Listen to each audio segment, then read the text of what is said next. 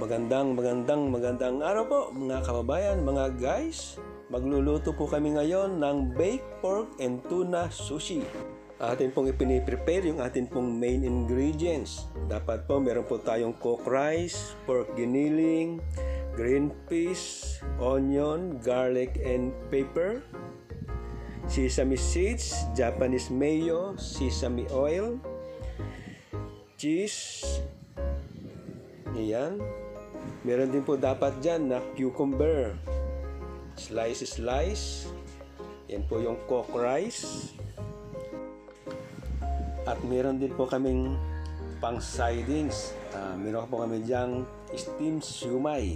Yan, napakasarap mo niyan kapartner.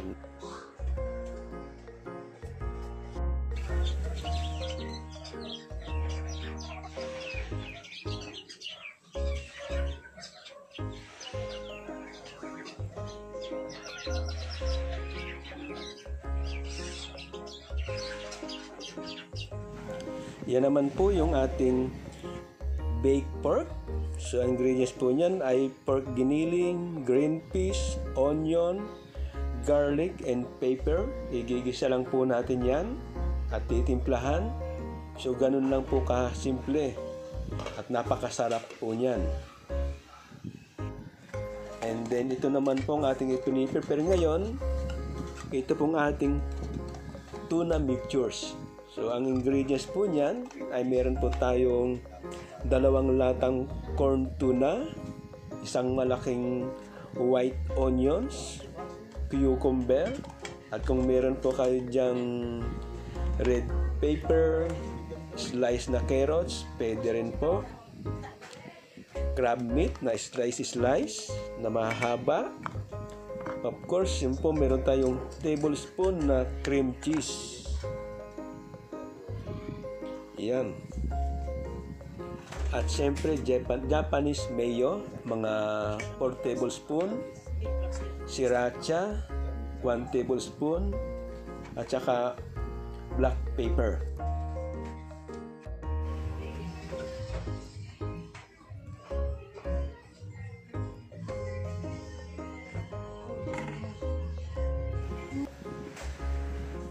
Yan po mga guys.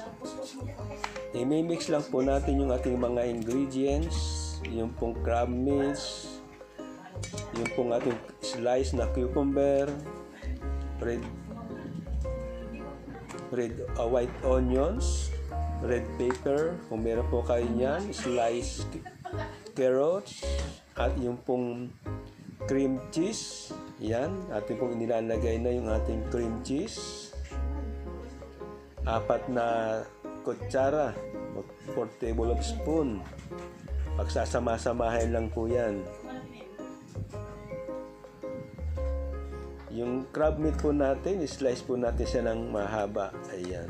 Yan po yung ating sriracha sauce. Yan. Nabibili po yan sa mga groceries. Yan, marami po yan. Siyempre, yung ating pong Japanese mayo. Yan. Hanapin nyo lang po Japanese mayo. Kung wala, ordinary mayo, pwede na rin po yung mayonnaise. Ayan, konting dagdag po ng ating mayonnaise. Siyempre, hahalu-haluin lang po natin para magsama-sama yung ingredients. Ayan, haluin po natin ng mabuti para pantay-pantay po. Ayan. Siyempre, dagdagan din po natin yan ng black pepper. Yan. Para mas masarap.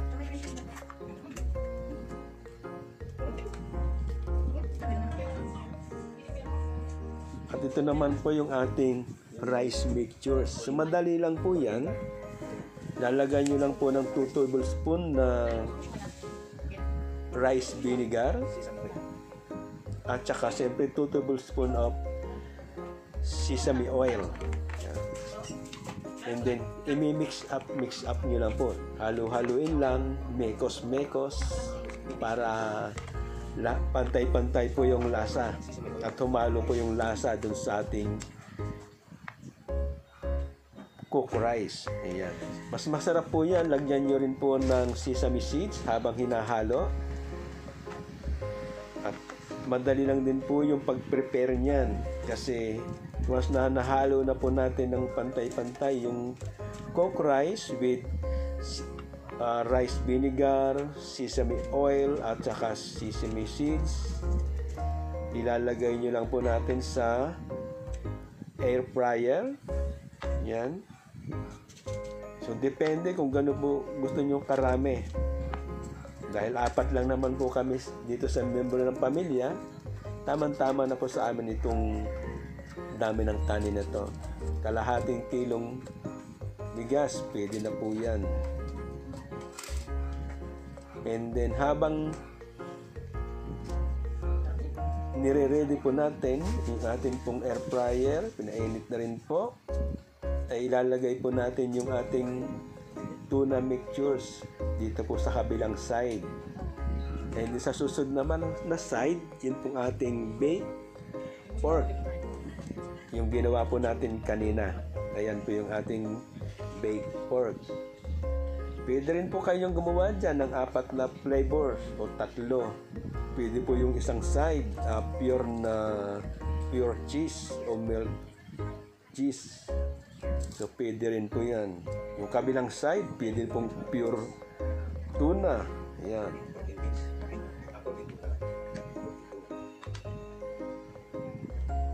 Bali, ito na po yung aming pinaka-family bonding.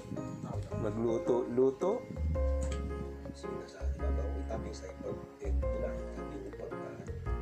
Sabay-sabay po kaming kakain. Ayan. At kumusta naman po kayo mga kababayan, mga guys? Sana po ay parati kayong nasa maayos at mabuting kalagayan. At siyempre po, habang ating inaayos ang ating pong niluluto, ay maraming salamat po sa patuloy na pagtangkilik sa aking channel at sa patuloy na panonood ng aking mga videos. Maraming salamat po. Ayan, yung pong ating toppings, meron po tayo dyan sesame seeds. Pagkatapos po natin may lagay yung sesame seeds, yun naman pong ating cheese, yung milk cheese, yun pong cheese na madaling matunaw. Ayan. Lahat po yan ay ating lalagyan. Mas maraming cheese, mas masarap. At siyempre, huwag niyo pong kakalimutan yung sesame seeds. Pagka nailagay niyo po yung cheese, pwede niyo rin pong dagdagan o lagyan pa uli ng sesame seeds sa ibabaw. At siyempre, yung pong ating Japanese mayo. Yan. Pag nalagay niyo pong Japanese mayo, yung ating pong sriracha sauce, lagyan niyo rin po ng sriracha sauce. Napakaganda. Yan po yung ating sesame seeds. Nilagyan po natin ng medyo marami. At syempre, yung pagluluto po niyan ay nilagay nyo lang po sa 150 degree Celsius per 10 minutes. Yan. Then after po 10 minutes, ulitin nyo lang po ulit. At pagkatapos po niyan, luto na po siya. At pwede na po tayong kumain. Ayan. So, halika mga kabayan, mga guys, kain po tayo. Siyempre, meron mas masarap dyan kung meron po tayong malamig na soft drinks. At meron po tayo dyan steamed siumay. At meron po kami prepare dyan na vegetable salads. Ayan. Mga kabayan, mga guys, tara na, kain po tayo.